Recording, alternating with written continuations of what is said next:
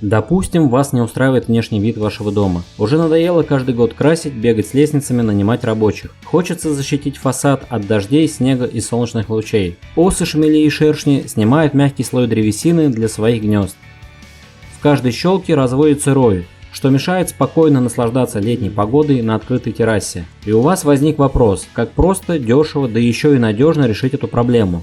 Такой вопрос возник и у меня. Заодно я расскажу, сколько денег я потратил на всю отделку. Я решил создать подробное и понятное видео по устройству красивого фасада, чтобы он отвечал всем требованиям, был долговечным, с легкостью преодолевал непогоду, защищал от насекомых и грызунов, а также сохранял тепло в холодные дни и прохладу в жаркие. Предыдущие работы по ремонту полов и замене нижнего венца вы сможете посмотреть в плейлисте. Я не профессионал, а просто любитель, делаю дом для себя. Отделка дома была запланирована давно. Именно к ней я плавно готовился и устранял дефекты дома, которые накопились за годы. Делал пристройку на винтовых сваях, убирал гнилые бревна, менял полы и окна, проводил водопровод в дом. Дом площадью 150 квадратных метров по полу, а по стенам еще больше, около 200 квадратных метров. Делать буду утепление, закрывать супердиффузионной мембраной, устанавливать выравнивающую обрешетку из дерева и закрывать виниловым сайдингом. Чем будет отделан цоколь, не определился, поэтому окантовка дома будет с помощью 5-сантиметрового отлива в цвет окон и софитов. Участок находится под небольшим уклоном, поэтому цоколь с одной стороны около 30 см, а с другой 50 см. Процесс начал с обработки лесоматериала огнебиозащитой с красным контроллером, что облегчает нанесение, ведь его так заметнее. Нашел в продаже концентрат значительно дешевле, чем уже разведенный состав. Взял 5-литровую канистру с соотношением 1 к 15, разбавив 1 литр концентрата на 14 литров воды.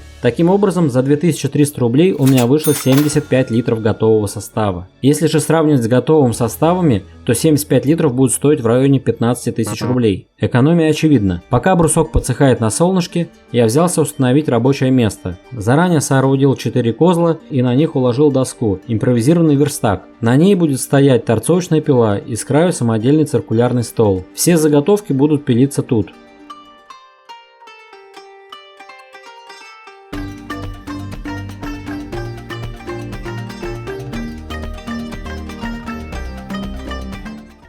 Обвязку дома, когда строил, пропитывал отработанным маслом, но по предыдущему опыту скажу, толку в ней не видно.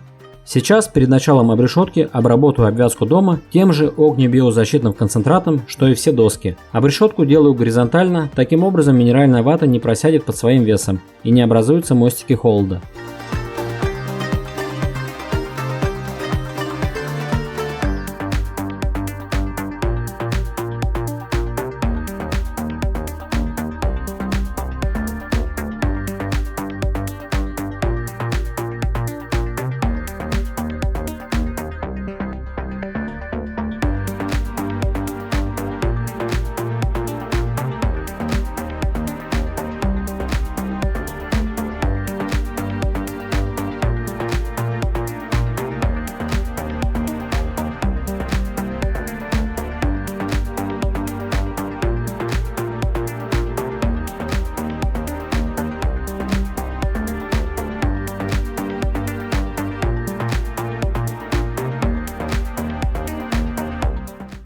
Конечно, сам брусок не идеально сухой, поэтому и он даст небольшую усадку. Для этого минеральную вату устанавливаем в распор с запасом. Если ширина утеплителя 60 см, то бруски между собой я уложил с размером 58,5 см. Чтобы выдерживать одинаковое расстояние между брусками, сделал шаблоны, так работать быстрее. Саму обрешетку крепил 90 мм золотистыми саморезами. Старался попадать в стойки каркасной стены. Брусок не выравнивал по уровню. Его задача плотно прижаться к стене, чтобы исключить мостики холода. Выравниваться стена будет с помощью контробрешетки.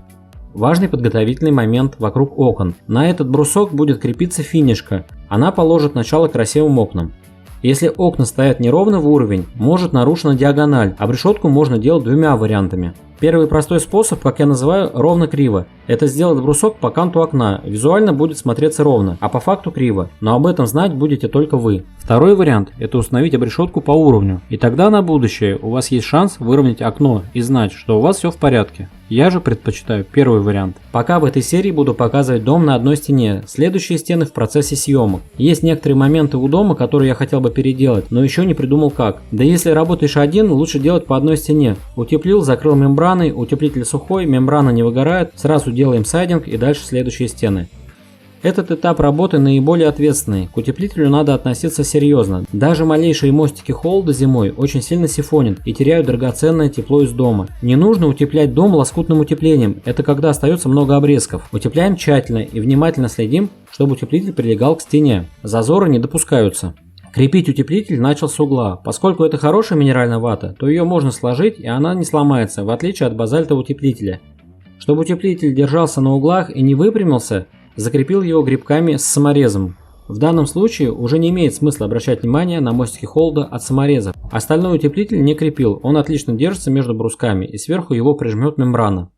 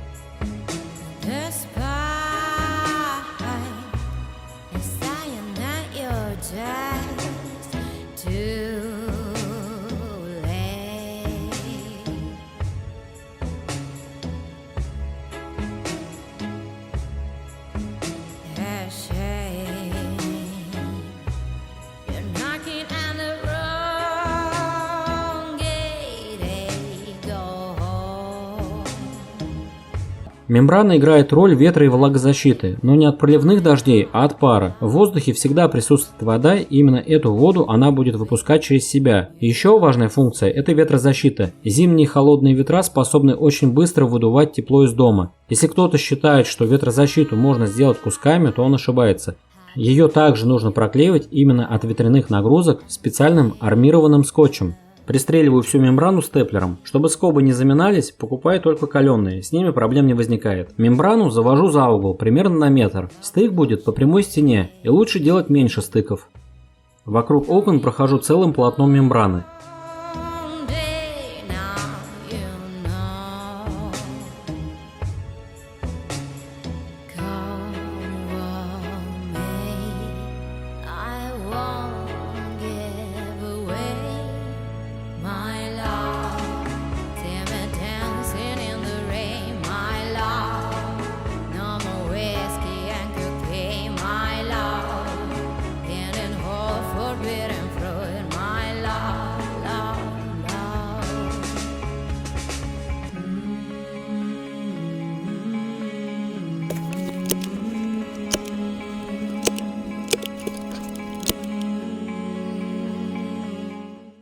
Вокруг окон мембрану не срезаю под корень, а оставляю запас, который после заворачивания внутрь к окну проклеиваю скотчем. Таким образом исключаю все возможные ветровые нагрузки, которые будут выдувать тепло из дома.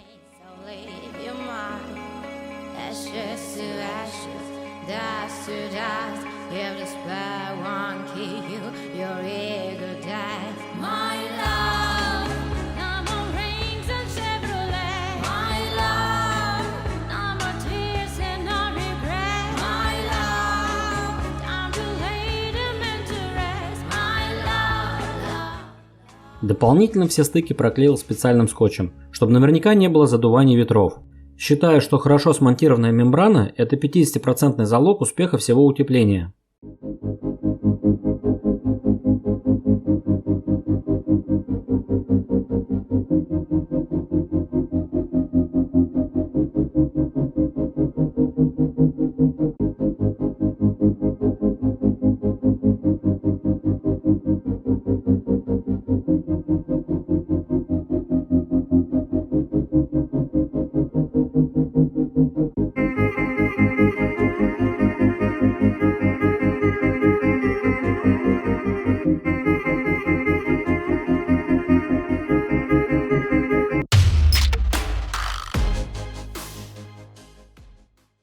Следующим шагом необходимо выровнять стену контробрешеткой. Под ней будет гулять воздух и проветривать фасад, ту самую воду, которую будет выпускать супердиффузионная мембрана, что в свою очередь всегда будет осушать утеплитель, и он будет работать как положено, ведь сырой утеплитель не работает.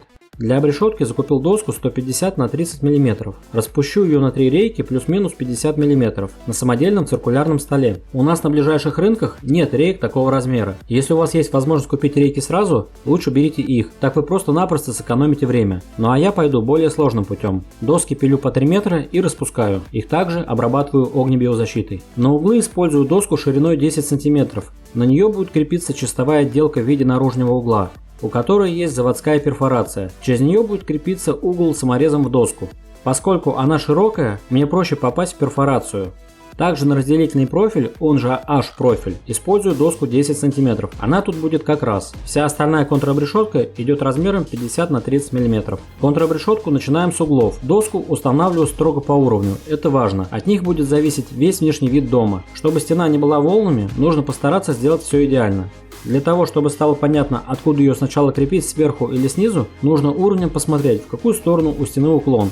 Сделали правую сторону, теперь необходимо сделать левую сторону. После выставления угловой обрешетки натягиваем между ними шнурку. Для этого лучше взять саморезы с пресс-шайбой. По всей стене примерно должно быть 5 натянутых шнурок. Шнурку натягиваю как струну. Она не должна провисать, иначе ровной стены не будет.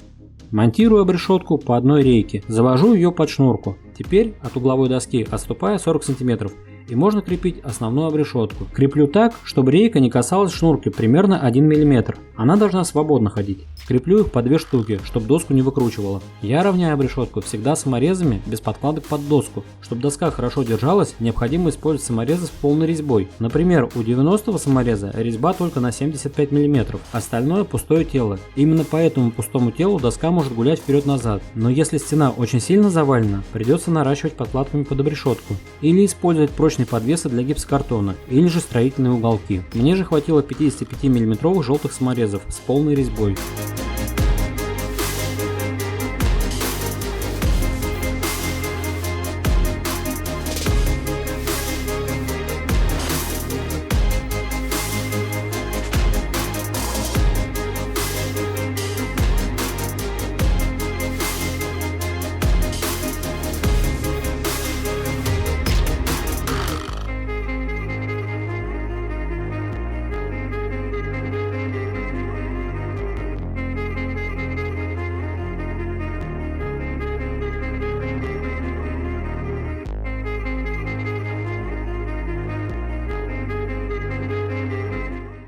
Есть пару моментов, где нужны другие размеры. Это окна и разделительный профиль. Чтобы определить, где будет разделительный профиль, можно высчитать. Но есть более точный замер. Это взять панель сайдинга и временно прикрутить ее на место. Так наглядно будет ясно, где конкретно нужна еще одна доска. Но об этом чуть позже. Вот это расстояние 5 см.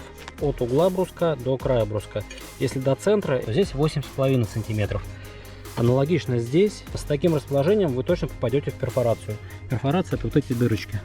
Поскольку цоколь дома не ярко выражен, то мне его необходимо выделить. Надо сделать ровную горизонтальную линию вокруг всего дома. Благо для этого сейчас есть много современного инструмента в виде лазерного уровня. Но и у такого инструмента есть один серьезный недостаток. На улице в солнечную погоду линию луча практически не видно. Я дождался вечера, и сейчас совсем другое дело. Сразу дал метки вокруг всего дома, они мне понадобятся для установки отлива, и я смогу срезать всю лишнюю обрешетку. Имея несколько отметок на углах, берем отбивочный шнур и размечаем все, что необходимо спилить.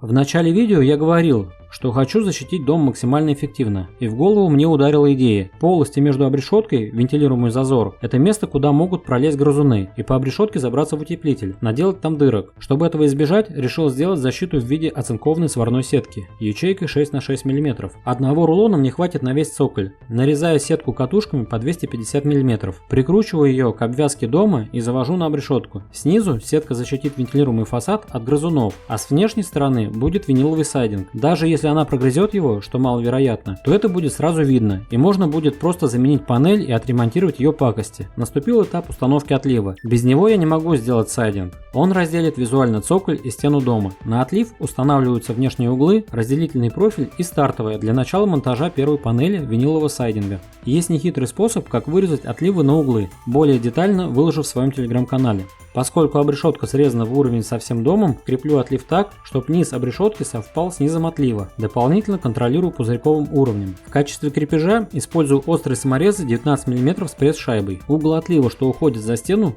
временно креплю просто по уровню, чтобы можно было установить внешние виниловые углы. Когда первая часть установлена, вырезаю замок на следующем отливе и вставляю друг в друга.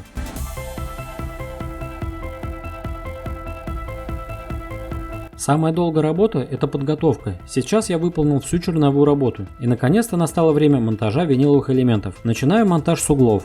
Замеряю высоту от отлива до свеса крыши. Низ угла подрезаю с двух сторон, на высоту стартового профиля. Сначала креплю снизу, чтобы угол визуально был 90 градусов. Далее проверяю уровень и делаю метку карандашом. Мне так удобно. И по этой метке вкручиваю саморез. Чтобы сайдинг не был волнами, нельзя вкручивать саморез до упора. Оставляем зазор между шляпкой самореза и сайдингом 1-2 мм. Все элементы сайдинга должны двигаться, иначе когда припечет солнышко, винил не сможет расширяться и его начнет коробить. Особенно это заметно на темной фурнитуре. H-профиль устанавливаем по принципу углов. Не забываем сделать зазор по 5 мм с каждой стороны для линейного расширения сайдинга. Теперь можно устанавливать стартовый профиль. Все лишнее срезаем. Для откосов на окна используется приоконный профиль. О том, как вырезать откосы, будет отдельное подробное видео. Это больше техническая часть видео. Чтобы откосы не выскакивали из финишки, делаю зубцы ножницами. Специальный инструмент-просекатель стоит дорого, от 10 тысяч. На один раз он не нужен. Тут же я покажу, как его смонтировать на обрешетку. У меня есть свои предпочтения, как сделать откосы. Тут я немного отхожу от инструкции и делаю по-своему. Вначале устанавливаю нижнюю часть. Аналогично верхнюю. Затем делаю боковые откосы. Все проверяю уровнем.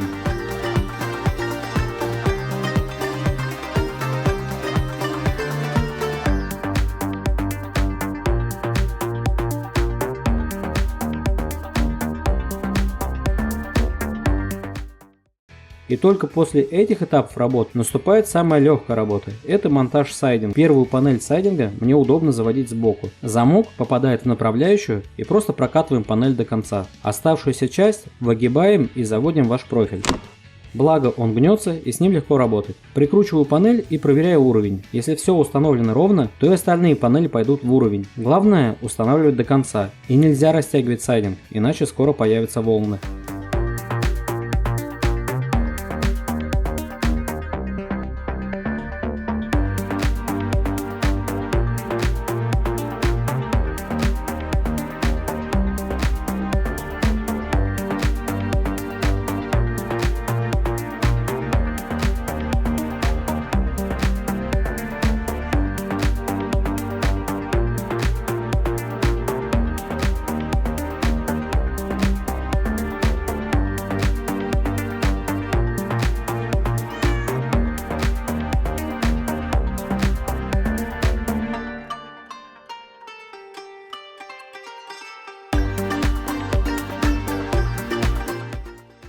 Пока есть доступ, под обрешетку необходимо завести провод от насоса и повесить новые прожекторы.